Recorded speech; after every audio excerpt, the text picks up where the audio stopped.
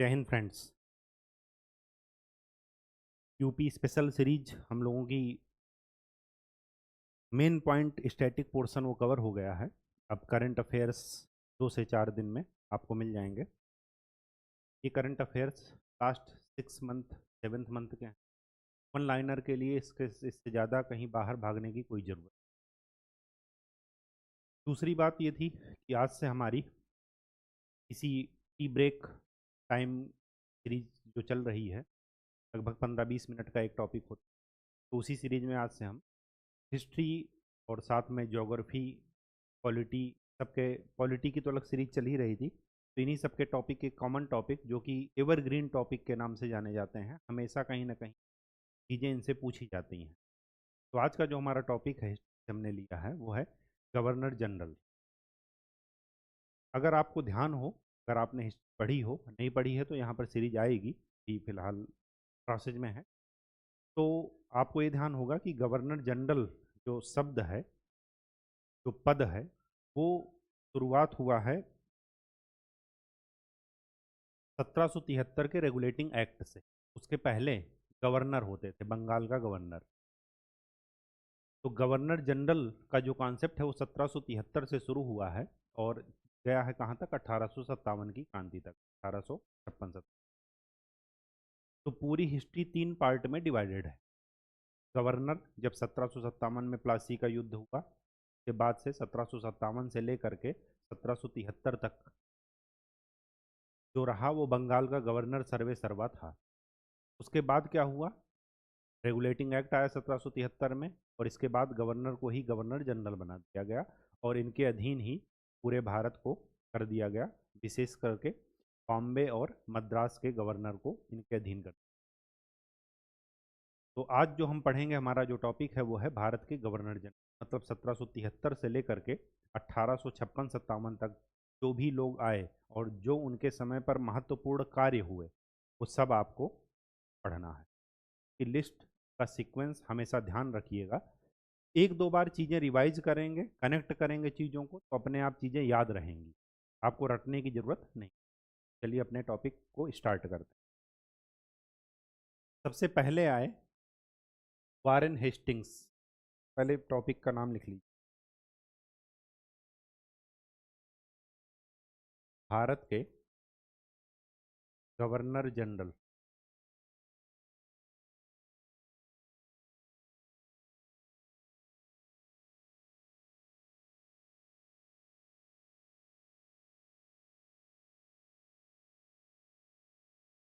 कहाँ से कहाँ तक शुरुआत है गवर्नर जनरल की, 1773 से 1856-57 तक, 1857 की क्रांति तक ये चलता रहा।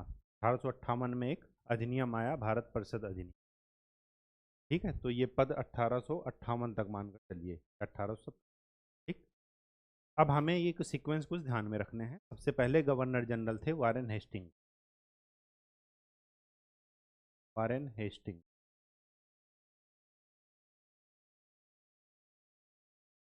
कार्यकाल इनका क्या था, 1773 से 1785। कौन कौन से महत्वपूर्ण कार्य इनके द्वारा किए गए, इनके समय में किए गए? तो सबसे पहला है 1773 का रेगुलेटिंग एक्ट।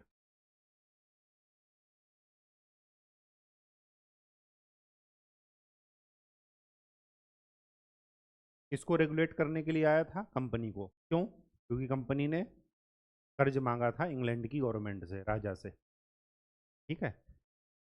अब जब किसी से आप कर्ज मांगते हैं तो आपको क्या करना है कि बात तो माननी पड़ेगी, सीधी बात यह है। तो कंपनी को रेगुलेट करने के लिए ही एक्ट आया था, 1773 का रेगुलेटिंग एक्ट। 1774 में रोहिल्लाओं से युद्ध हुआ था। रोहिल्ला, रोहिंग्या मत लिखिएगा, बरेली के आसपास। ठीक है, रोहिल्ला युद्ध वही कब्जे को लेकर के हुआ। उस समय कंपनी का प्रसार हो रहा था भारत में। फिर आया 1781 का अधिनियम। जैसे ये रेगुलेटिंग अधिनियम आया था, रेगुलेटिंग एक्ट, वैसे ही 1781 का अधिनियम आया। इसके द्वारा क्या किया गया, गवर्नर जनरल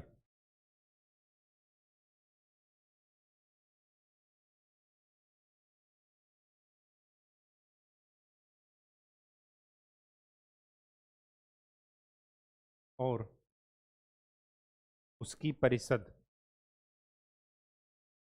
की जो काउंसिल है, governor general and his council, एवं कलकत्ता हाई कोर्ट के बीच शक्तियों का विभाजन किया गया है। शक्तियों का विभाजन किया 1781 के अधिनियम के द्वारा। किसके समय आया था? वारेन हेस्टिंग्स के समय। फोर्थ पॉइंट, 1784 का पिट्स इंडिया एक्ट। अब इसके बारे में मैं डिटेल सब कुछ नहीं बता रहा हूँ ना, रेगुलेटिंग एक्ट के बारे में बस हिंट दे रहा हूँ आपको। ये आपको खुद से पढ़ना है, अदरवाइज हिस्ट्री या जब वो पॉलिटी के लेक्चर में आपको गिवन है, आप देख सकते हैं। 1784 का पिट्स इंडिया एक्ट, इसके द्वारा द्वैध शासन की शुरुआत की गई।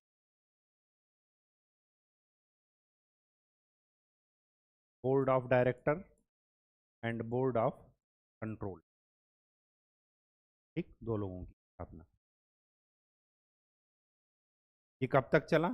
जब तक कि भारत से कंपनी का शासन हट नहीं गया। ये कंपनी का शासन चल रहा है 1757 से लेकर के 1857 तक। 1857 का जब विद्रोह होगा तो कंपनी की जगह कौन आएगा? आ जाएगा ब्रिटिश गवर्नमेंट आ जाएगी, ब्रिटिश सरकार आ जाएगी, महारानी का शासन हो जाएगा जैसा कि इंग्लैंड में शासन होता। ठीक है, तो अभी सब क्या चल रहा है? कंपनी का शासन। कंपनी के गवर्नर जनरल थे, बाद में इनको क्या बना दिया गया? भारत का वायसराय बना दिया। ठीक, तो board of control, board of director, 1784 का पिट्स इंडिया एक्ट। पांचवी घटना जो इनके समय में महत्वपूर्ण है वो है 1775 से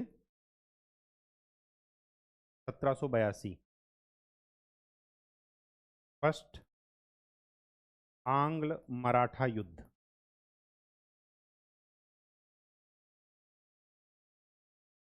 और यहीं पर याद रखिएगा 1782 में सालबाई की संधि हुई। दो क्वेश्चन पूछा जाता है यहाँ से। सालबाई की संधि किससे रिलेटेड है? मराठों और अंग्रेजों से। सालबाई की संधि किस गवर्नर जनरल के समय हुई थी? Warren Hastings. ठीक है, फर्स्ट आंग्ल मराठा युद्ध किसके समय हुआ? Warren Hastings.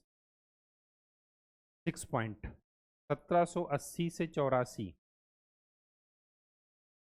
सेकंड आंग्ल मैसूर युद्ध हुआ। देख रहे हैं, साथ साथ सब कुछ चल रहा है, मराठों के साथ युद्ध और मैसूर के साथ। मैसूर में इस समय कौन है? हैदर अली। के बाद कौन आएंगे? टीपू सुल्तान। ठीक, सेकंड आंग्ल मैसूर युद्ध। 6, सेवेंथ घटना जो इनके समय में हुई वो थी सबसे इंपॉर्टेंट, बंगाल में द्वैध शासन की समाप्ति।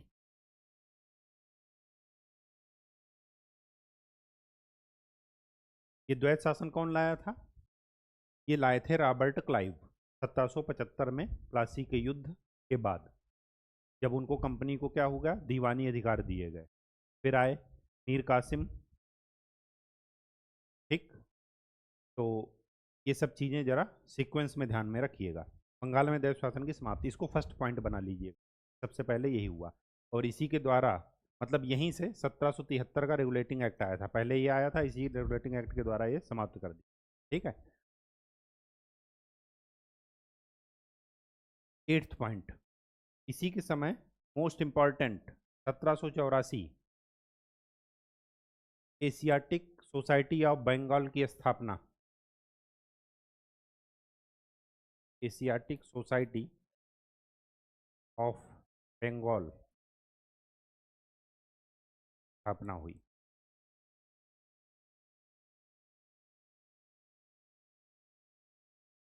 नाइन्थ महत्वपूर्ण घटना ये थी, कलकत्ता में सदर दीवानी और सदर निजामत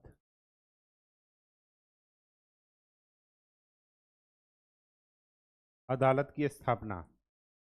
दो कोर्ट, सिविल के लिए और क्रिमिनल के लिए। सदर दीवानी, सदर निजामत अदालत की स्थापना, कोर्ट की स्थापना हुई।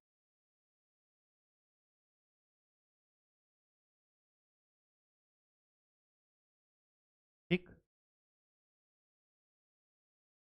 इसके बाद इन्हीं के समय में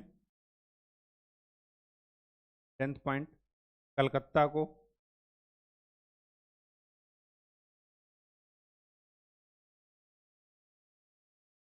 बंगाल की राजधानी घोषित कर दिया गया। और उसके बाद ये भारत की राजधानी भी बनी, कलकत्ता। ठीक है। फिर 1911 में क्या हुआ, जब हार्डिंग आए थे तो उस समय क्या किया गया, कलकत्ता से दिल्ली राजधानी का स्थानांतरण किया। तो दिल्ली शुरुआत से नहीं थी। ठीक है। इस समय कौन है भारत की राजधानी, दिल्ली नहीं है, नई दिल्ली। ठीक। 10वीं घटना ये हुई। 11th जो मोस्ट इंपॉर्टेंट है, एक थे बनारस के राजा चैत सिंह।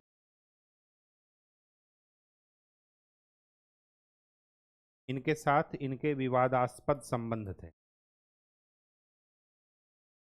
विवाद तभी होगा जब इंटरेस्ट आपस में टकराएंगे, अदरवाइज कोई विवाद की जरूरत नहीं है। बनारस के राजा चैत सिंह, एक व्यक्ति हैं नंद कुमार, इनको फांसी की सजा हुई है।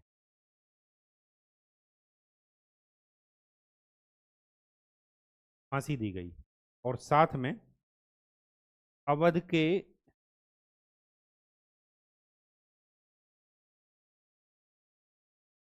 बेगमों के साथ ज्यादती हुई। ज्यादती का मतलब, कुछ उनकी मांगे थी और वो, अवध हमेशा से ब्रिटिश का जो है एक तरीके से कठपुतली रहा है, हर बात मानने के लिए। मतलब कभी भी ये डायरेक्ट टकराए नहीं, सिवाय 1857 के विद्रोह के समय। और 1857 के विद्रोह के समय में क्यों टकराए, क्योंकि जो उनके पास सैनिक थे वो क्या थे, कुछ कोई और नहीं था, किसान ही थे अवध के। और सैनिकों को अफवाह क्या मिली कि जो कारतूस में गाय और सुअर की चर्बी का प्रयोग किया जा रहा। तो उनको क्या हुआ, अपने धर्म के ऊपर आक्रमण लगा और फिर उन्होंने क्या कर दिया, विद्रोह कर। इसके अलावा अवध का कहीं भी डायरेक्ट टकराव नहीं है अंग्रेजों के साथ। इन सब मुद्दों के कारण 1757 में कंपनी ने बंगाल पर कब्जा किया। कंपनी इन्फेंट है, अभी शिशु के रूप में है, को डायरेक्ट किसी से लड़ाई नहीं करनी है। 1757 से 1772 तक कंपनी की हालत ये हो गई थी कि कंपनी को इंग्लैंड सरकार से कर्ज मांगना पड़ा। तभी 1773 का क्या हो गया, रेगुलेटिंग एक्ट आया। इतने में भी इन्होंने ये काम क्या कर दिए, कंपनी के लिए मुसीबत खड़ी कर दी। और इसी वजह से इनको वापस बुला लिया गया इंग्लैंड, और फिर इन पर क्या किया गया, इन पर मुकदमा चलाया गया। हाँ, महाभियोग, इन्हीं सब वजहों के कारण इंग्लैंड पर, इंग्लैंड में। ठीक है। तो ये क्या था, ये मुद्दा था वारेन हेस्टिंग्स का। इसके बाद जो व्यक्ति आते हैं, इसके बाद जो व्यक्ति आते हैं वो होते हैं लॉर्ड कॉर्नवालिस। Lord Cornwallis.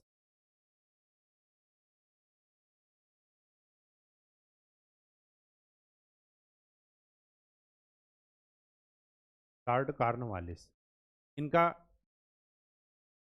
जो कार्यकाल था वो था 1786 से 1793। ठीक है। लॉर्ड वारेन हेस्टिंग्स और लॉर्ड कॉर्नवालिस ही दो व्यक्ति ऐसे थे जिन्होंने कंपनी की नींव को इतना स्ट्रांग कर दिया, इतना मजबूत कर दिया कि उसका साम्राज्य अगले 100 साल तक खड़ा रहा, मतलब 90 वर्ष, ठीक है, ये कह सकते हैं। 95। लॉर्ड कॉर्नवालिस, फर्स्ट आंग्ल मैसूर, वो फर्स्ट आंग्ल मराठा किसके समय हुआ? वारेन हेस्टिंग्स के समय। सेकंड आंग्ल मैसूर वारेन हेस्टिंग्स के समय। तो यहाँ पर इनके समय में क्या हुआ? थर्ड आंग्ल मैसूर युद्ध।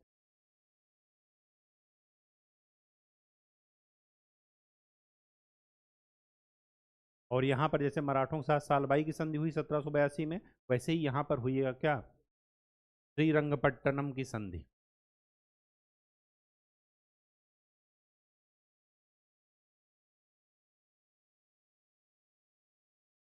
1792।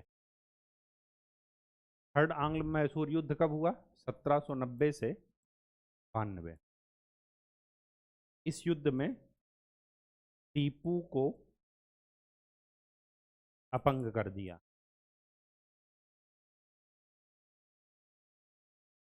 फिजिकली नहीं, मेंटली और पॉलिटिकली, साथ में साथ इकोनॉमिकली, राजनीतिक आर्थिक रूप से टीपू को क्या कर दिया गया? अपंग कर दिया गया। और आपको पता है polity is guardian of economy. Polity और इकोनॉमी क्या है? दोनों साथ साथ चलते हैं। और कभी भी जो समृद्धि है वो कमजोर के साथ नहीं रहती। तो जब इनके पास इकोनॉमी ही नहीं रहेगी तो ये क्या करेंगे? राजा लायक रहेंगे या नहीं रहेंगे? नहीं रहेंगे।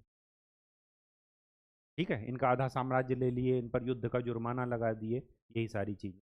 थर्ड आंग्लो मैसूर किसके द्वारा? लॉर्ड कॉर्नवालिस के। सेकंड, इन्होंने एक कॉर्नवालिस कोड की शुरुआत की।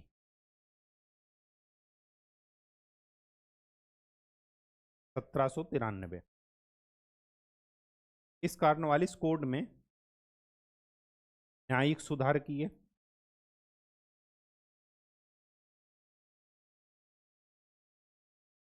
प्रशासनिक सुधार किए,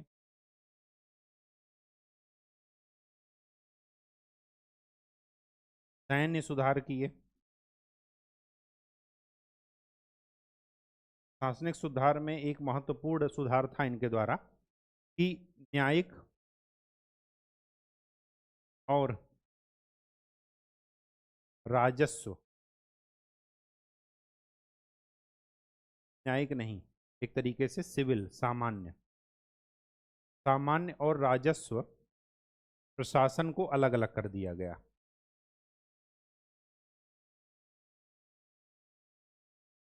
पुलिस विभाग इन्हीं की देन है, लॉर्ड कॉर्नवालिस की। ये जो आज आप डिस्ट्रिक्ट कलेक्टर देख रहे हैं, ये इन्हीं की देन है, सिविल सर्विसेज। ठीक है, डिस्ट्रिक्ट मजिस्ट्रेट और डिस्ट्रिक्ट कलेक्टर लॉर्ड कॉर्नवालिस की ही देन है। मोस्ट इंपॉर्टेंट काम जो इन्होंने किया, कंपनी को एक निश्चित आय के स्रोत दिए, और उसके लिए इन्होंने क्या किया? स्थायी बंदोबस्त की शुरुआत, परमानेंट सेटलमेंट।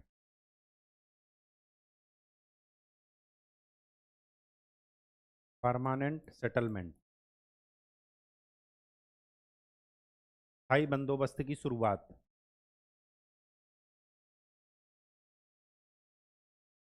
सत्रह सौ तिरानबे। फोर्थ पॉइंट जो इनके द्वारा चौथा कार्य किया गया, प्रशासन का यूरोपीयकरण, मतलब सब कुछ यूरोप की तर्ज पर किया गया। और सिविल सर्विसेज, सिविल सेवा का उद्भव इन्हीं के समय हुआ, सिविल सर्विसेज की शुरुआत। इनके जब डिटेल में पढ़ेंगे तो बताएंगे कि इनका क्या क्राइटेरिया था। ठीक है, भारतीयों की एंट्री जानबूझ करके रोकी जा रही थी, कुछ ना कुछ ऐसी कंडीशंस लगा करके। अब पांचवा कार्य जो इनके द्वारा किया गया, कंपनी के निजी कंपनी के कर्मचारियों के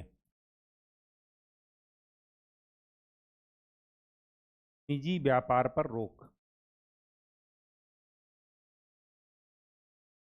निजी व्यापार वो नहीं कर सकते। पहले निजी व्यापार ही करते थे तो कंपनी को घाटा हो गया था। अपना निजी व्यापार करते थे, कंपनी का व्यापार घाटे में चला गया। ठीक है, तो कंपनी के कर्मचारियों के निजी व्यापार पर इन्होंने रोक लगा दी। अब निजी व्यापार लोग करते क्यों हैं? ताकि कुछ एक्स्ट्रा इनकम हो जाए। जो उनको मिल रहा था कंपनी के वेतन से, उसमें उनकी पूर्ति नहीं हो रही, तो इन्होंने निजी व्यापार पर तो रोक लगाई ही लगाई, साथ में उनका वेतन क्या कर दिया, बढ़ा दिया, ताकि उनका कंपनसेशन जो निजी व्यापार से होता था वो उससे पूर्ति हो सके। ठीक है, और मोस्ट इम्पॉर्टेंट बात जो कि कई बार पूछी गई है, 1805 में गाजीपुर में इनकी मृत्यु हुई। तो अगर आपसे पूछा जाए गाजीपुर में किस गवर्नर जनरल की समाधि बनी है, तो क्या बताएंगे? Lord Cornwallis. ठीक है, उत्तर प्रदेश का गाजीपुर जिला। गाजीपुर को बनारस की जुड़वा बहन भी कहा जाता है निकनेम के रूप। ठीक है, तो ये चीज़ें ज़रा ध्यान में रखिएगा। तीसरे जो गवर्नर जनरल हैं वो हैं सर जॉन सोर।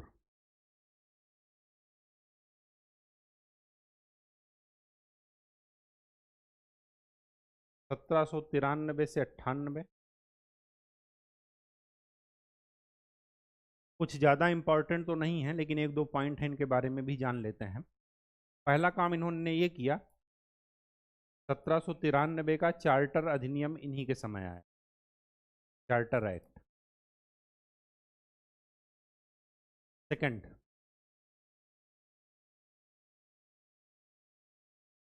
निजाम एंड मराठों के बीच एक जगह है खुर्दा, इसको एक बार चेक कर लीजिएगा आप, यही है कि नहीं।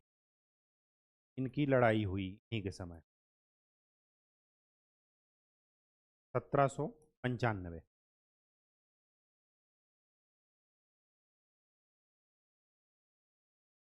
थर्ड, अवध के उत्तराधिकार विवाद में इनके द्वारा हस्तक्षेप किया गया।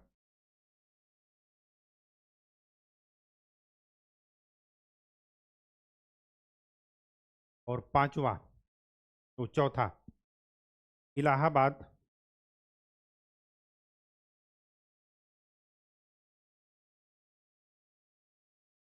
का कंपनी में विलय कर दिया।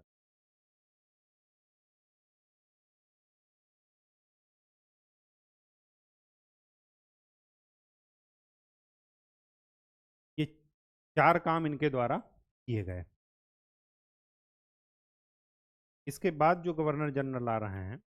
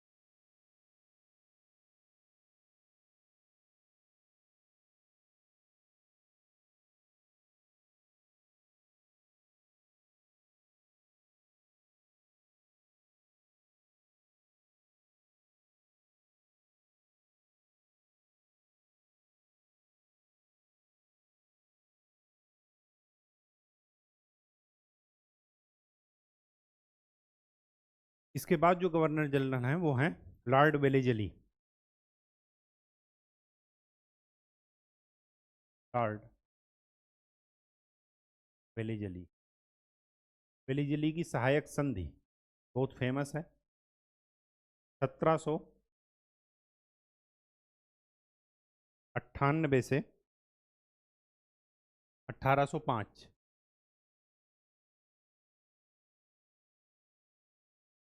सबसे पहला काम इन्होंने क्या किया?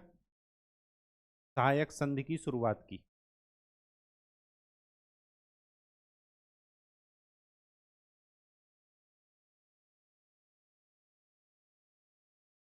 सत्रह सौ अट्ठानबे।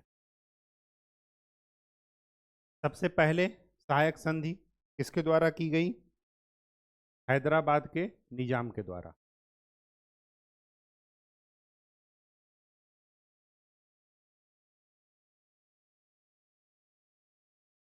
सहायक संधि क्या थी? कि भारतीयों के आंतरिक मामलों में हस्तक्षेप कीजिए। आंतरिक मामले जैसे उत्तराधिकार का मामला चल रहा हो, सब कोई को यहाँ पर राजा बनना था, हर कोई अपने को राजा समझता था कि कुर्सी पर हमारा अधिकार।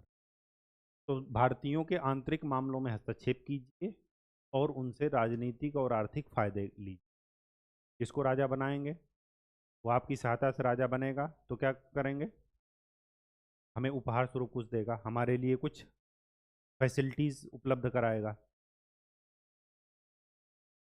और तो और ब्रिटिश रेजिडेंट यहाँ पर भारतीय राज्य में जो सहायक संधि स्वीकार कर रहे थे वहाँ पर रखा जाएगा। किसके खर्चे पर रखा जाएगा? भारतीय राजाओं के खर्चे पर। ब्रिटिश रेजिडेंट रहेगा कंपनी का, लेकिन का खर्चा कौन देगा? वो देगा भारतीय राजा, जिसके राज्य में वो है। सहायक संधि की है। अब आप सोच करके देखिए, वो रेजिडेंट ऐसा था ना कि अगर आप टॉयलेट करने भी जा रहे हैं तब भी वो पीछे पीछे जाएगा। सेना की एक टुकड़ी और उसका एक कमांडर। आप उससे बिना पूछे किसी से मिल नहीं सकते, वैदेशिक संबंध नहीं रख सकते, किसी पड़ोसी राजा से संबंध नहीं रख सकते उससे पूछे बिना। ठीक है, तो ये सारी चीज़ें लॉर्ड वेलिजली की सहायक संधि के प्रावधान थे। इसके बाद होता है फोर्थ आंग्ल मैसूर युद्ध।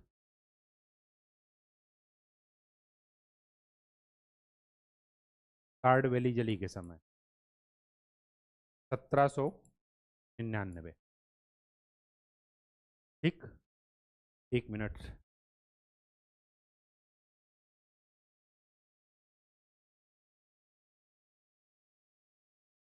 1799 में हो रहा है चौथा आंग्ल मैसूर युद्ध, और यहाँ पर मैसूर पर अंग्रेजों का कब्जा हो जाता है।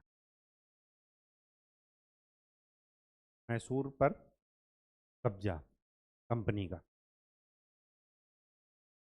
सेकंड आंग्ल मराठा युद्ध फर्स्ट हुआ था वारेन हेस्टिंग्स के समय, कालबाई की संधि।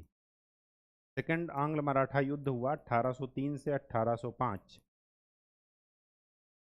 किसके समय? लॉर्ड वेलिजली के समय। और यहाँ पर क्या हुआ? वहाँ पर सालबाई की संधि हुई थी और यहाँ पर बसीन की संधि होती। बसीन की संधि 1802 में।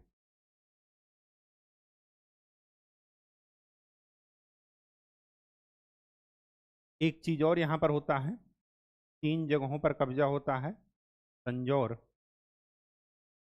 सूरत और कर्नाटक। 1801, 1799, 1800। ये मराठों के अधीन था, ये दोनों टीपू के अधीन थे। ठीक है, मैसूर के अधीन। मैसूर के साथ चौथा आंग्ल मराठा मैसूर युद्ध होकर के मैसूर टीपू को ख़त्म कर दिया गया। तो इन पर अब क्या हो गया? कंपनी का कब्जा। ये भी किसके समय हुआ? ये हुआ लॉर्ड वेलेजली के समय। ठीक है, नेक्स्ट गवर्नर जनरल जो आते हैं,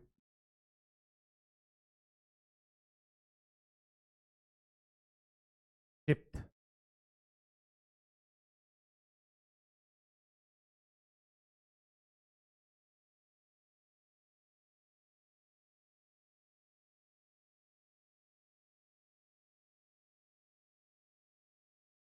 बार्लो, बीच का नाम मुझे नहीं ध्यान आ रहा है, एक बार आप चेक कर लीजिएगा। बार्लो के नाम से हैं ये। इनका जो कार्यकाल है वो है 1805 से 1807। कुछ ज़्यादा काम इन्होंने किया नहीं, इनके समय में कुछ ज़्यादा विशेष काम नहीं हुए। सिर्फ दो चीज़ों से ये ध्यान में रखे जाते हैं। एक तो ये है कि रियासतों के साथ हस्तक्षेप की नीति।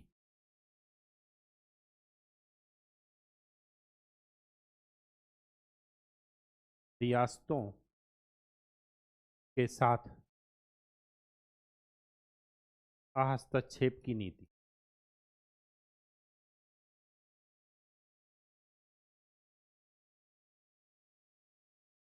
नीति का समर्थक कह सकते हैं।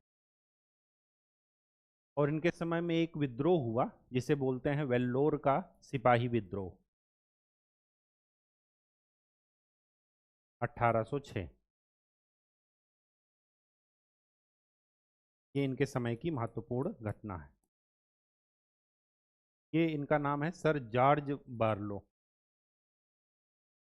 जॉर्ज बार्लो, ठीक है। 1805 से 1807। जो छठवें गवर्नर जनरल हैं, लॉर्ड मिंटो फर्स्ट।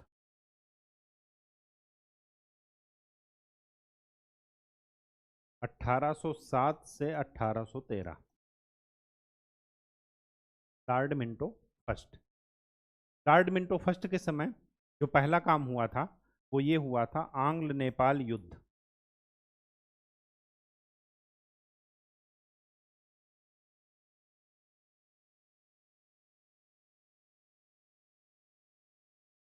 नहीं, ये आगे गया। आंग्ल नेपाल युद्ध तो 1813 के बाद का है।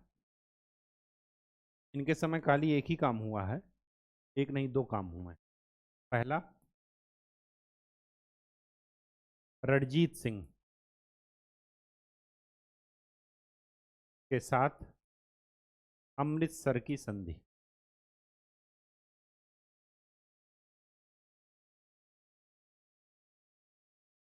1809। ये इनके काम में इनके टाइम में हुआ। और दूसरा इनके टाइम में हुआ 1813 का अधिनियम आया, चार्टर एक्ट के द्वारा। कंपनी के द्वारा जो भी अधिनियम आ रहे हैं उनको चार्टर एक्ट बोला जाता है, चार्टर अधिनियम। ठीक है, तो 1813 का चार्टर अधिनियम इनके समय आया, लॉर्ड मिंटो फर्स्ट। नेक्स्ट जो सेवेंथ नंबर पर हैं वो हैं लॉर्ड हेस्टिंग्स। वो पहले कौन थे? Warren Hastings. अब आए हैं कौन? Lord Hastings. 1813 से 1823। इनके समय में वो घटना हुई जिसको मैं लॉर्ड मिंटो फर्स्ट में पहले लिखा था। कौन सा था? आंग्ल नेपाल युद्ध के समय में हुआ,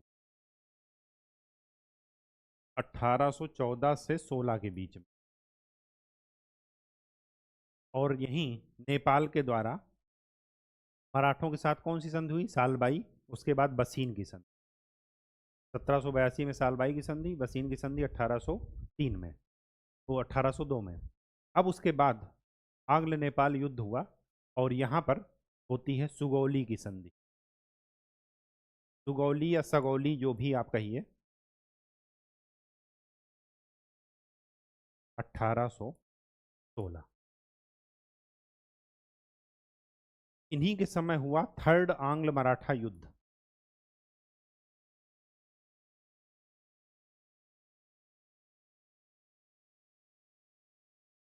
1817 से 19।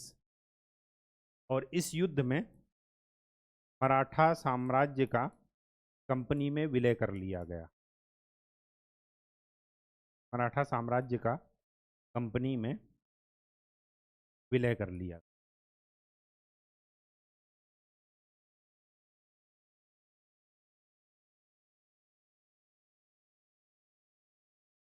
और इंटरेस्टिंग बात ये थी कि 1818 में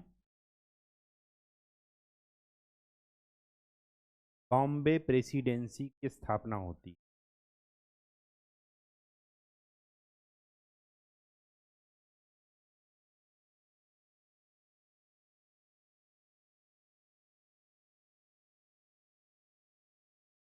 इसके बाद की जो कहानी है, जब आंग्ल मराठा युद्ध के द्वारा, थर्ड आंग्ल मराठा युद्ध के द्वारा मराठा साम्राज्य का विलय कर लिया गया, मराठा परिसंघ का एक तरीके से विलय कर लिया गया, मराठा फेडरेशन का विलय कर लिया गया कंपनी में, तो उनके सैनिक क्या करेंगे? चौथ और स्वदेशमुखी कर वो वसूलते थे मराठे, उसी वजह से उनका कोई किसी ने साथ नहीं दिया। तो अब यहाँ पर इम्पॉर्टेंट ये हो जाता है कि जो उनके सैनिक थे वो क्या करेंगे, जिनको उन्होंने सैन्य सेवा के रूप में रखा था, जिनसे सैन्य सेवा लेते थे मराठे, अब जब मराठा साम्राज्य ही नहीं रहा तो वो क्या करेंगे? तो लूटपाट करेंगे। उन्हीं जो सैन्य सेवकों का जो समूह है जो लूटपाट करता था, पहले वो मराठों के लिए काम करता था, अब जब मराठा साम्राज्य खत्म हो गया तो वो लूटपाट करने लगा, जिससे अंग्रेजों को लॉ एंड ऑर्डर में करने में, मेंटेन करने में दिक्कत आने लगी। वो जो समूह था जो लूटपाट करता था उसका नाम था पिंडारी। तो पिंडारियों का दमन,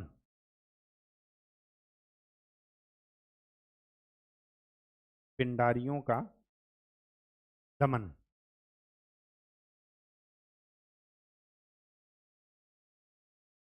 1817 से 1818, ये भी किसके द्वारा किया गया? लॉर्ड हेस्टिंग्स के द्वारा, वारेन हेस्टिंग्स के द्वारा नहीं, ये ध्यान रखिएगा। पिंडारियों का दमन, पिंडारी कौन थे? वही जो समूह मैं बता रहा था जो मराठा में सैन्य सेवा देते थे। इन्हीं के समय सिंधिया के साथ समझौता होता है 1817। वही फूट डालो और राज करो वाली नीति। सगे तो ये न तो सिंधिया के थे ना ये होलकर के थे। ठीक, सिंधिया के साथ संधि समझौता। इनके समय एक नई पद्धति आई सर टॉमस मुनरो द्वारा, रैयतवाड़ी व्यवस्था। कहाँ पर? मद्रास में। बंगाल में क्या था? परमानेंट सेटलमेंट, स्थायी बंदोबस्त। मद्रास में कौन सी थी? रैयतवाड़ी व्यवस्था। कौन इन्वॉल्व था? सर टॉमस मुनरो, वो मद्रास के गवर्नर थे ये। ठीक है, रैयतवाड़ी व्यवस्था शुरू की गई कब? 1820। किसके समय में हुआ? लॉर्ड हेस्टिंग्स के समय। ठीक है, इसके बाद जो गवर्नर जनरल हैं उनके समय में ज़्यादा इंपॉर्टेंट तो नहीं है वो, लेकिन नाम याद रखिएगा। ये 7वां नंबर था शायद लॉर्ड हेस्टिंग्स का। हाँ जी, 8वें नंबर पर हैं लॉर्ड एम्स हर्स्ट।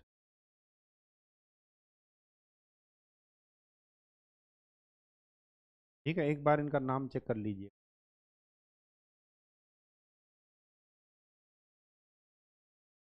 1823 से 1828 दो काम इनके समय में हुए।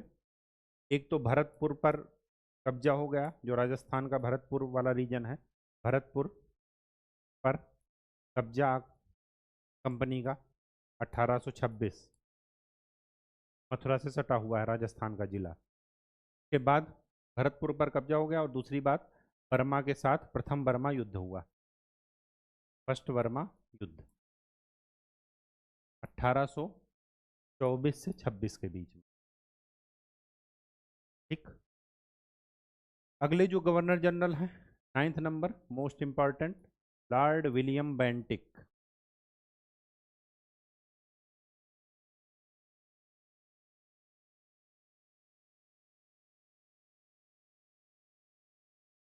अट्ठारह सौ अट्ठाईस से 1835। ये ऐसे गवर्नर जनरल हैं जिन्होंने, जिनको पढ़ करके आपको लगेगा कि अंग्रेज बेकार में यहाँ से चले गए, बेकार में आज़ादी दे दिए भारत को, ऐसे ऐसे काम इन्होंने। ठीक है, सबको खुश कर दिए, इंटेलेक्चुअल क्लास हो, बिजनेस क्लास हो, सामान्य जन हो, राजा महाराजे हों, सबको खुश कर दिया इन्होंने, पहला काम इन्होंने किया, सती प्रथा पर रोक।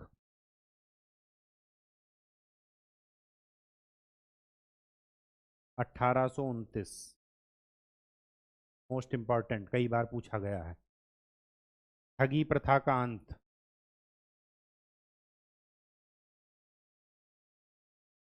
1830।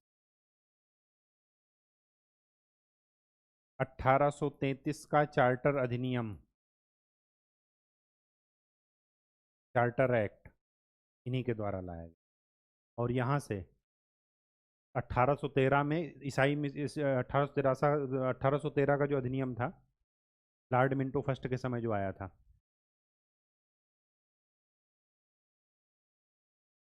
वो क्या हुआ था कि ईसाई मिशनरियों को भारत में आने की अनुमति दी गई और उन्होंने क्या किया, ईसाई धर्म का प्रसार किया शिक्षा की आड़ में। साथ में शिक्षा के लिए 1 लाख का एनुअल बजट रखा गया था 1813 के अधिनियम में। और साथ में ये कहा गया था कि चाय और चीनी को छोड़ करके, चाय और चीनी का मतलब क्या हुआ, एक तो चाय का व्यापार और एक चीन के साथ व्यापार, उसको छोड़ करके बाकी कंपनी की मोनोपॉली ईस्ट के व्यापार में खत्म कर दी गई, पूर्व के व्यापार में, 1813 के अधिनियम के द्वारा। 1833 का जो अधिनियम आया, 1833 के अधिनियम में चाय और चीनी वाले व्यापार पर भी मोनोपोली खत्म कर दी। अब सभी के लिए ईस्ट का व्यापार खुला था।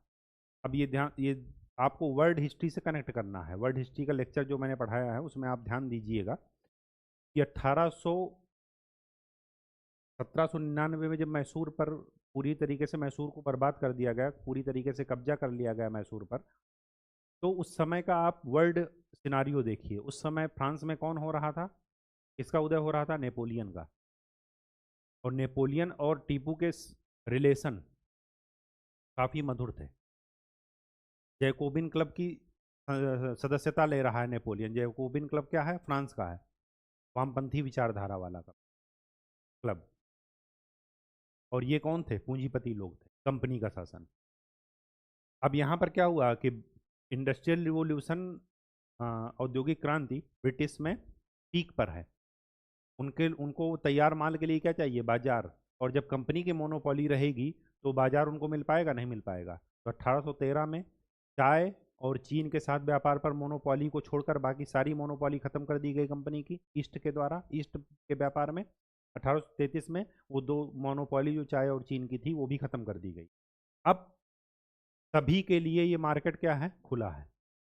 अब सारे इंडस्ट्रियलिस्ट, सारे बिजनेसमैन अपने तैयार माल को क्या करेंगे, बेचेंगे। और ईस्ट क्या था उनके लिए, एक उन्नति का द्वार था। यहाँ पर औद्योगिक क्रांति, ये लोग औद्योगिक क्रांति से भी अछूते थे। तो 1833 का चार्टर अधिनियम विलियम बेंटिक के द्वारा आया। ठीक है, नेक्स्ट बात, 1835 का शिक्षा संबंधी प्रस्ताव।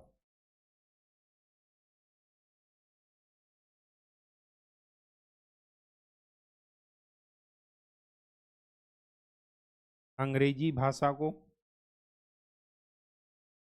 शिक्षा का माध्यम,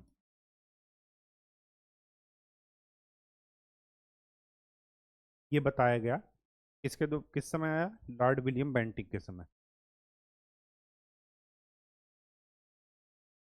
ठीक है, नेक्स्ट बात जो आपको समझना है, 1800 इन्हीं के समय कुछ और महत्वपूर्ण काम हुए। पहला, मैसूर पर कब्जा। कब्जा तो पहले ही था, विलय हो गया, यहाँ पर विलय हुआ। एक तो मैसूर का हुआ, दुर्ग 1834, और मध्य कछार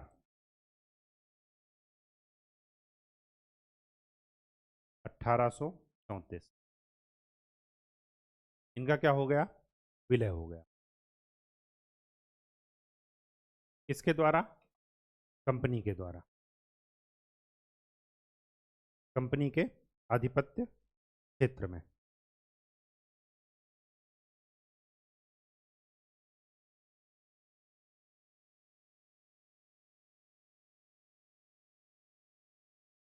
एक और नई बात यहां पर हुई,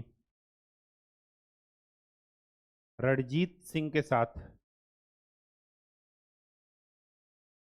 अब ध्यान से देखिए, जो समझदार लोग होते हैं वो 2 फ्रंट 3 फ्रंट 4 फ्रंट पर नहीं लड़ते, एक ही फ्रंट पर लड़ते हैं। अभी ये मैसूर मराठों के साथ बिजी थे, साउथ पूरा। अब काली एक ही सीमा बची है, वो है कौन सी?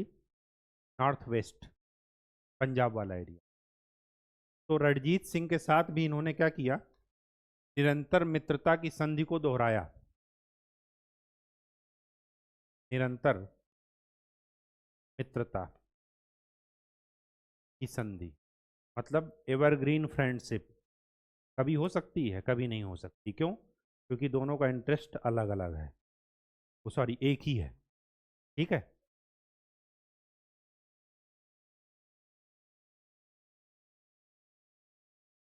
इन्होंने कुछ और सुधार किए। वो क्या किए? जो लॉर्ड कॉर्नवालिस के द्वारा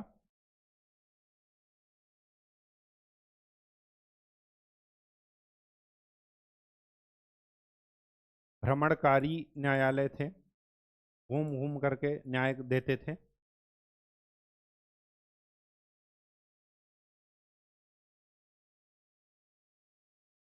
प्रांतीय अपीलीय न्यायालय, यहाँ पर अपील की जाती थी। इनकी समाप्ति कर दी गई। साथ में राजस्व आयुक्तों की नियुक्ति की। किसके समय में ये सब हुआ? Lord William Bentinck. इसके बाद लॉर्ड मेटकॉफ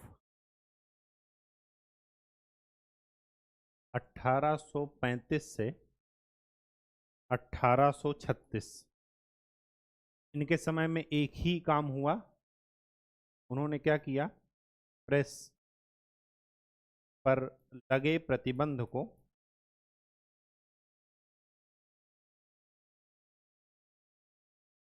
हटा दिया।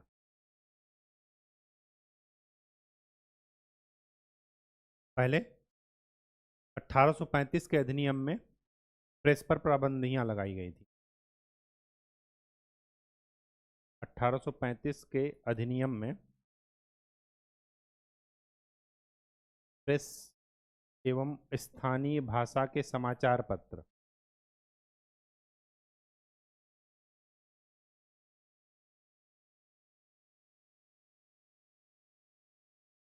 पाबंदियां थी। इस पाबंदी को इस मेटकॉफ ने क्या कर दिया? हटा दिया। और इसको प्रेस का मुक्तिदाता भी कहा जाता है, निकनेम इनका, लॉर्ड मेटकॉफ को भारतीय प्रेस का दाता भी कहा जाता है।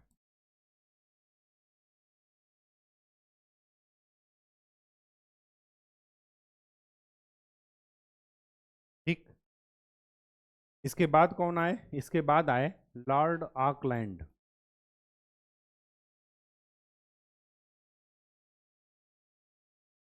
इनका कार्यकाल क्या था? 1835 से 36, लॉर्ड मेटकॉफ का। इनका था 1836 से 42। इनके समय में दो काम हुए। फर्स्ट, आंग्ल अफगान युद्ध।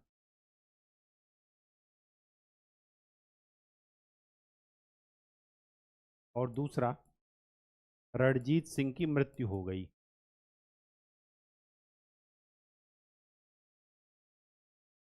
और इन्होंने क्या किया था? अंग्रेजों के साथ निरंतर मित्रता की संधि की थी। अब अंग्रेज यही कहेंगे कि ये संधि रणजीत सिंह के साथ थी, आप उनके उत्तराधिकारियों के साथ नहीं थी। क्यों? क्योंकि अब वो अपना बैकग्राउंड क्या कर लिए हैं? स्ट्रांग कर लिए हैं। फर्स्ट आंग्ल मैसूर युद्ध, वो आंग्ल अफगान युद्ध जो हुआ है, वो है 1838 से 42, लॉर्ड ऑकलैंड के साथ। ठीक। इसके बाद दो लोग और आए। हाँ, लॉर्ड आकलैंड हो गए, अब आ गए जाएंगे लॉर्ड एलन बरो।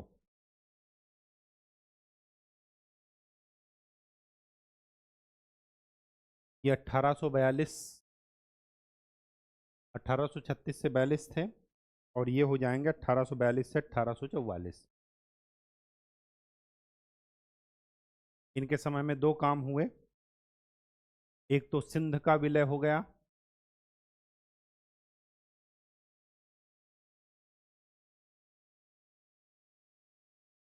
सिंध का विलय रणजीत सिंह को हटा करके 1843। और दूसरा, रणजीत सिंह की मृत्यु हो चुकी है 1839 में। और दूसरा हो गया ग्वालियर के साथ युद्ध। सिंधिया के साथ समझौता किए थे, याद है आपको? ग्वालियर के साथ युद्ध 1843।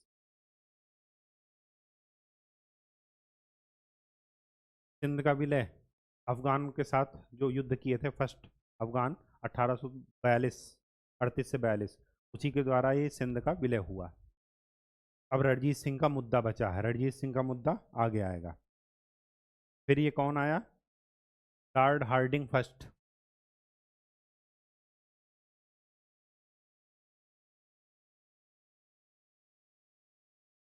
अट्ठारह सौ का क्या था, 42 से 44, इनका हो जाएगा 44 से 48। Lord Hardinge first. सबसे पहला काम इनके समय में हुआ, फर्स्ट आंग्ल सिख युद्ध।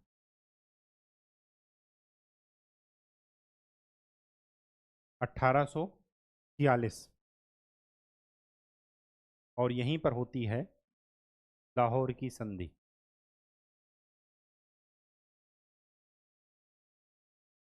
अमृतसर की संधि किए थे रणजीत सिंह जी। ठीक है, ये भी कब हो रही है? 1846, लॉर्ड हार्डिंग के द्वारा। इन्हीं के समय कुछ और सुधार के कार्यक्रम किए गए, सामाजिक सुधार। दो सामाजिक सुधार फेमस हैं, कौन कौन से? एक तो बालिका वध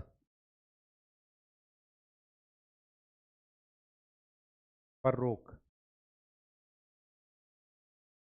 दूसरा नर बलि पर प्रतिबंध।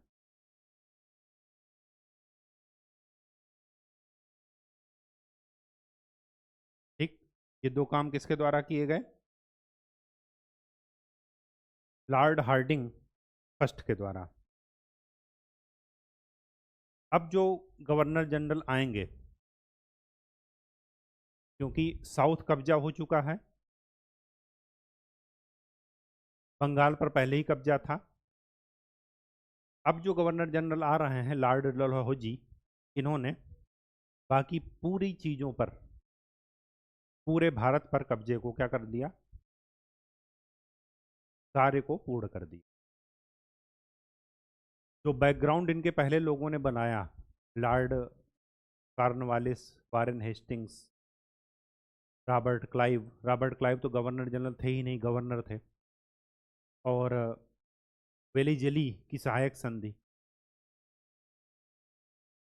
अब लास्ट में जो लोहे की, मतलब लास्ट में जो कील जिन्होंने ठोकी, वो कौन थे?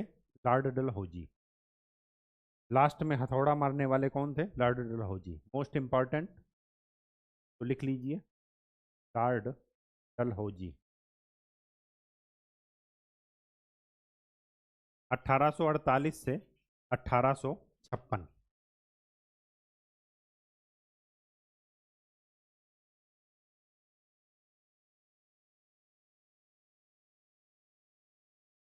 अठारह सौ अड़तालीस से 1856, ये लास्ट गवर्नर जनरल थे। इसके बाद कौन आ जाएंगे? सॉरी, एक और हैं इसके बाद,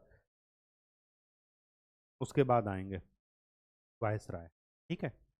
तो लॉर्ड डलहौजी का एक आपने सुना होगा, जबगत का सिद्धांत इन्होंने लागू किया।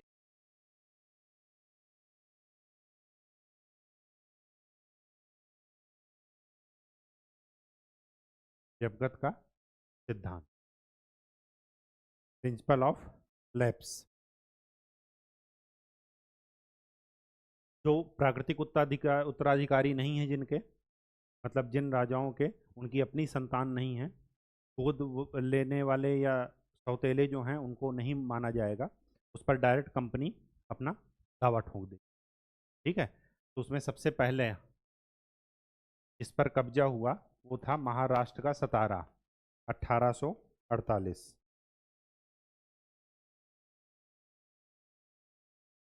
उसके बाद जैतपुर, संभल,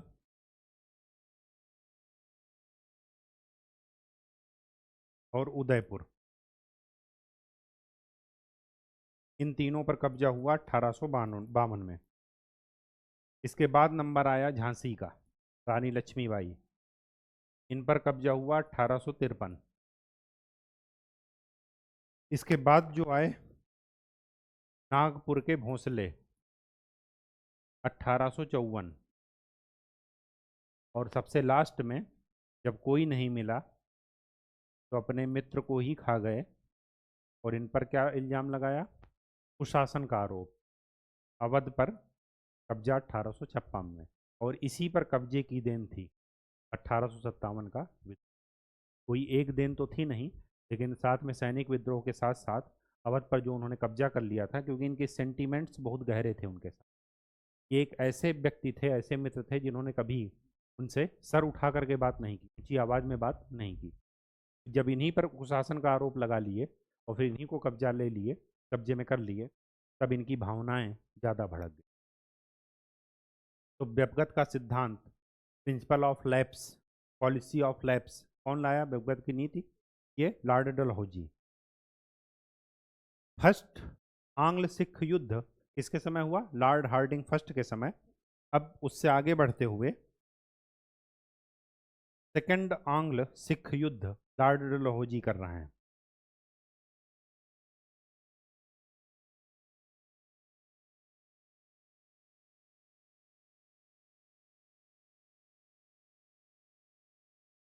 अट्ठारह सौ 48 से 49। और इसी समय 1849 में पंजाब का विलय कर लिया जाता है। कहाँ पर, कंपनी साम्राज्य में।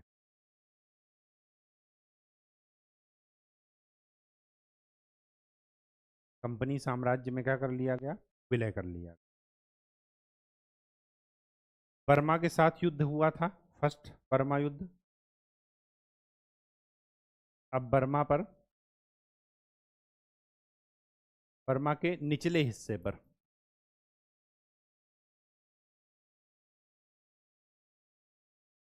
निचले हिस्से पर का नाम था पेगू, का अधिग्रहण कर लिया गया 1852।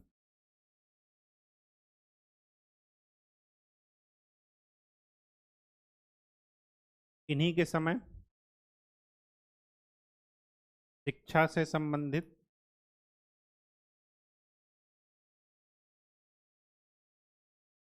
वुड डिस्पैच 1854 आया, और इसके द्वारा स्थानीय भाषा के स्कूलों और कॉलेजों की स्थापना,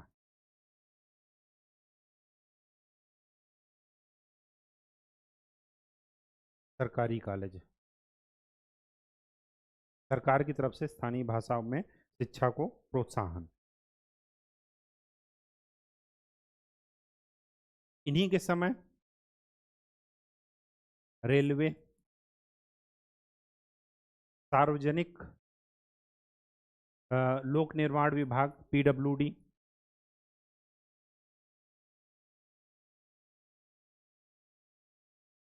हर प्रांतों में। ये किसकी देन है? डलहौजी की देन है। रेलवे में याद रखिएगा 1853 में पहली रेलगाड़ी चली। कहाँ? मुंबई से ठाणे।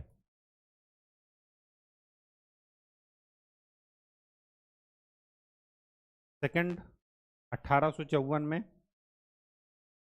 कलकत्ता से रानीगंज।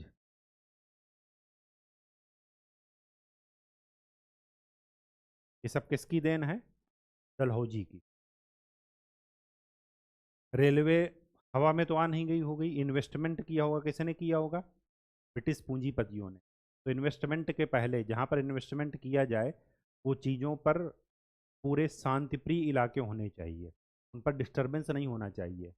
और तो और जिसके थ्रू इन्वेस्टमेंट किया जाए उसका कब्जा हो। तो अभी तक कंपनी ने पूरे भारत पर मेन एरियाज में कम साउथ को छोड़ करके कब्जा नहीं किया था। सब तो कठपुतली थे लेकिन डायरेक्ट कब्जा नहीं था उनका। अब इन्होंने लॉर्ड डलहौजी ने, देख रहे हैं, सिंध का विलय इसके पहले हो गया, जो पंजाब बाकी था उस पर भी विलय कर लिया, अवध पर भी विलय, अवध को भी विलय कर लिया कंपनी साम्राज्य में। पूरे भारत पर अब कंपनी का कब्जा हो गया। अब पूरी तरीके से ब्रिटिश पूंजीपति के लिए ये माहौल तैयार है कि यहाँ पर इन्वेस्टमेंट करें और लाभ कमाएं। तो रेलवे उसी इन्वेस्टमेंट का क्या है? एक रूप है।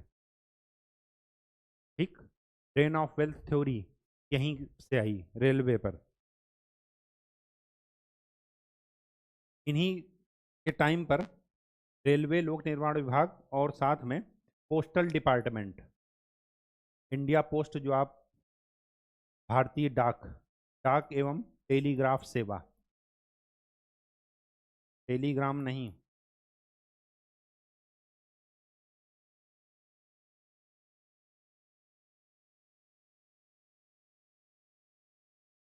टेलीग्राफ के द्वारा कलकत्ता,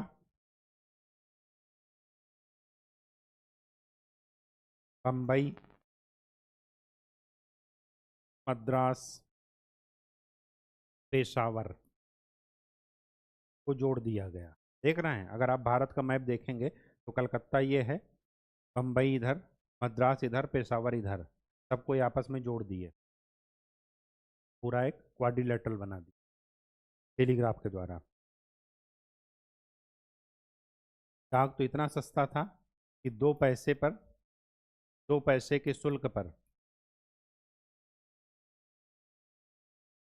राष्ट्रीय डाक सेवा शुरू कर दी गई। और ये सब क्या है? संचार के साधन हैं। सरकार के संचार के साधन हैं ये। डाक हुआ, रेलवे हुआ, इनको बाधित नहीं कर सकते। ठीक है। सेवेंथ, इन्हीं के समय एक और महत्वपूर्ण काम किया गया, गंगा नहर को खोल दिया गया। 1854। इन्हीं के समय एक और महत्वपूर्ण काम किए गए सामाजिक सुधार के, उसमें इन्हीं के टाइम पर।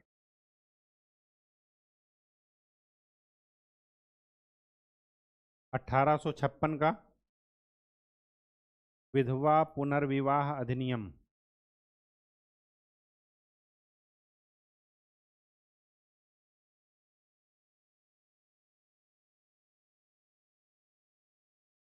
और एक काम इन्होंने और किया, पेशवा के पेंशन की समाप्ति।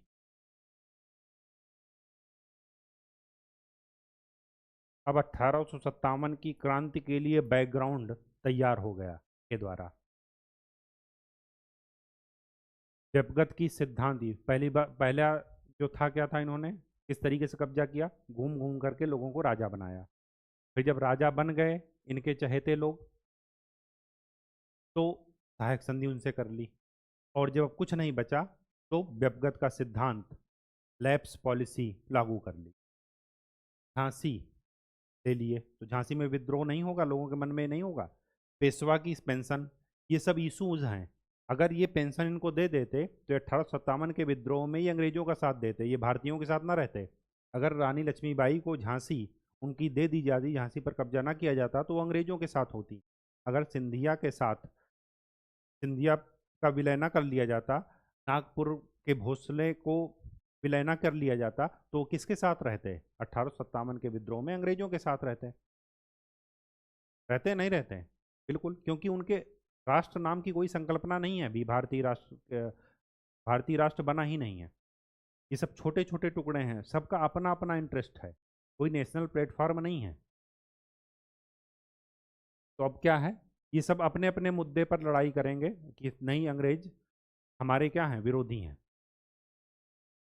और यही कारण था कि 1857 का विद्रोह क्या हुआ था, फेल हुआ था, क्योंकि सबका सपोर्ट। ठीक है, तो ये हो गया।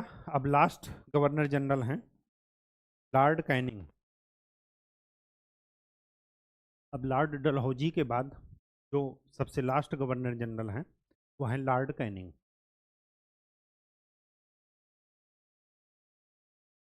1856 से 57।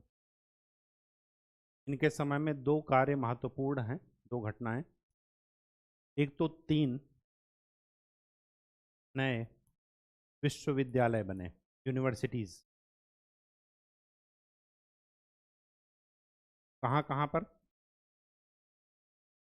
बॉम्बे, मद्रास, चेन्नई और कोलकाता या कलकत्ता। और दूसरा 1857 का विद्रोह हो गया।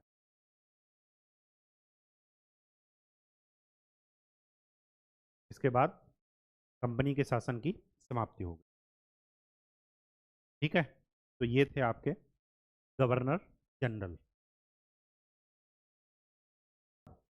कंक्लूड कर देते हैं कौन कौन से गवर्नर जनरल हैं, एक सीक्वेंस देख लेते हैं लास्ट में, ताकि चीजें आराम से हो जाएं।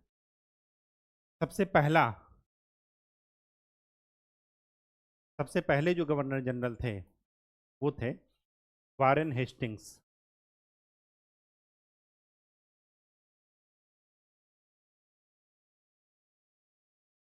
वारेन हेस्टिंग्स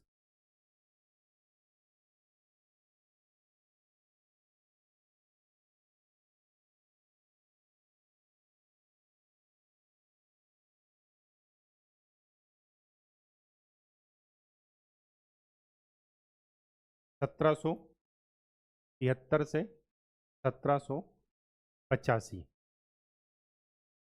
इसके बाद आए कॉर्नवालिस।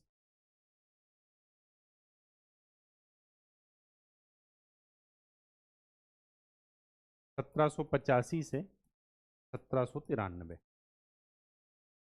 लॉर्ड कॉर्नवालिस के बाद आए सर जॉन सोर।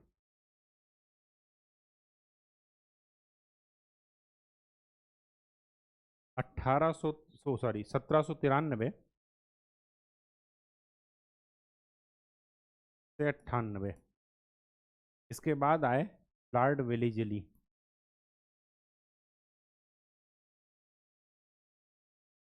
1798 से 1805। फिर आए सर जॉर्ज बार्लो।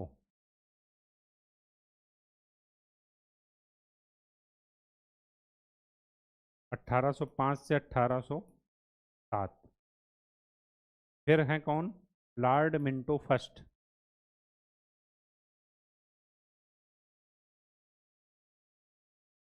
1807 से 1813। फिर लॉर्ड हेस्टिंग्स।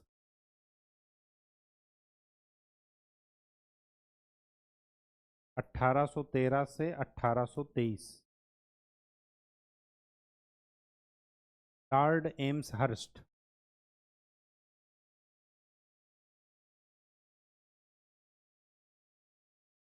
1823 से 1828। फिर आए सामाजिक सुधार के प्रणेता लॉर्ड विलियम बेंटिक।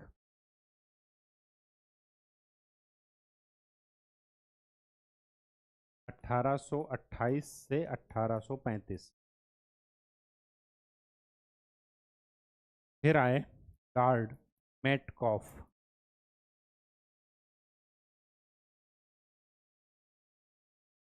1835 से 1836।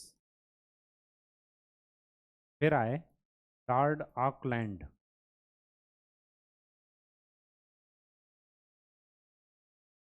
1836 से 1842। फिर आ गए लॉर्ड एलन बैरो,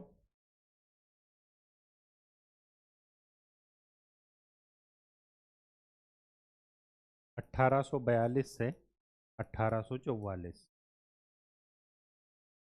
फिर आ गए लॉर्ड हार्डिंग फर्स्ट,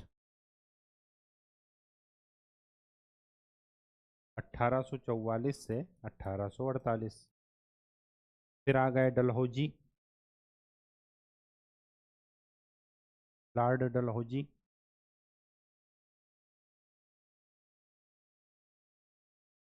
1848 से 1856। फिर आ गए लॉर्ड कैनिंग,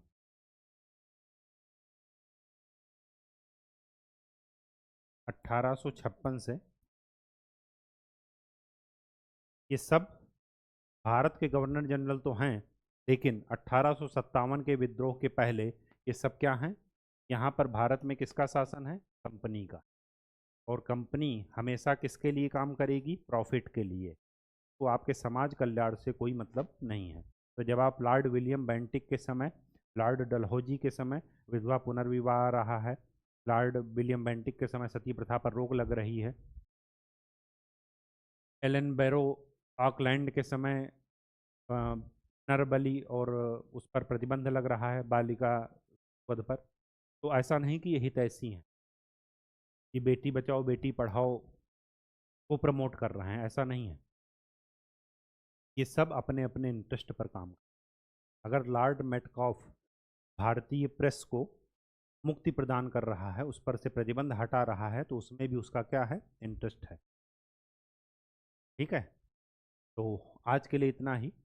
एक बार चीज़ें मैच कर लीजिएगा। वैसे जहाँ तक है कि त्रुटि नहीं हुई है, लेकिन फिर भी अगर कोई पॉइंट छूट गया हो तो अपने नोट्स में ऐड कर लीजिए। नेक्स्ट लेक्चर में हम लोग वायसराय की बात करेंगे, क्योंकि इसके बाद ब्रिटिश गवर्नमेंट का शासन लागू हो जाता है महारानी एलिजाबेथ का। तब जा कर के जो है यही गवर्नर जनरल का पद क्या बन जाएगा? भारत का वायसराय बन जाएगा। तो नेक्स्ट वायसराय एक दिन में तो होंगे नहीं, लेकिन 2 लेक्चर में पूरे वायसराय कंप्लीट हो जाएंगे। ये जो एक्ट मैंने बताए हैं 1813 का, 1773 का रिविल्टिंग एक्ट, 1784 का, ये सब जो है पॉलिटिक उसमें पढ़ाए गए हैं लेक्चर में, पॉलिटिक उसमें कवर किए गए हैं सीरीज में, तो आप उसको एक बार जा करके देख लीजिए। तो आज के लिए इतना ही। नेक्स्ट लेक्चर में नए टॉपिक के साथ मिलेंगे। तब तक के लिए खूब अच्छे से पढ़ाई कीजिए, प्रीवियस ईयर क्वेश्चन सॉल्व करते रहिए और चीज़ों का रिवीजन कीजिए। धन्यवाद।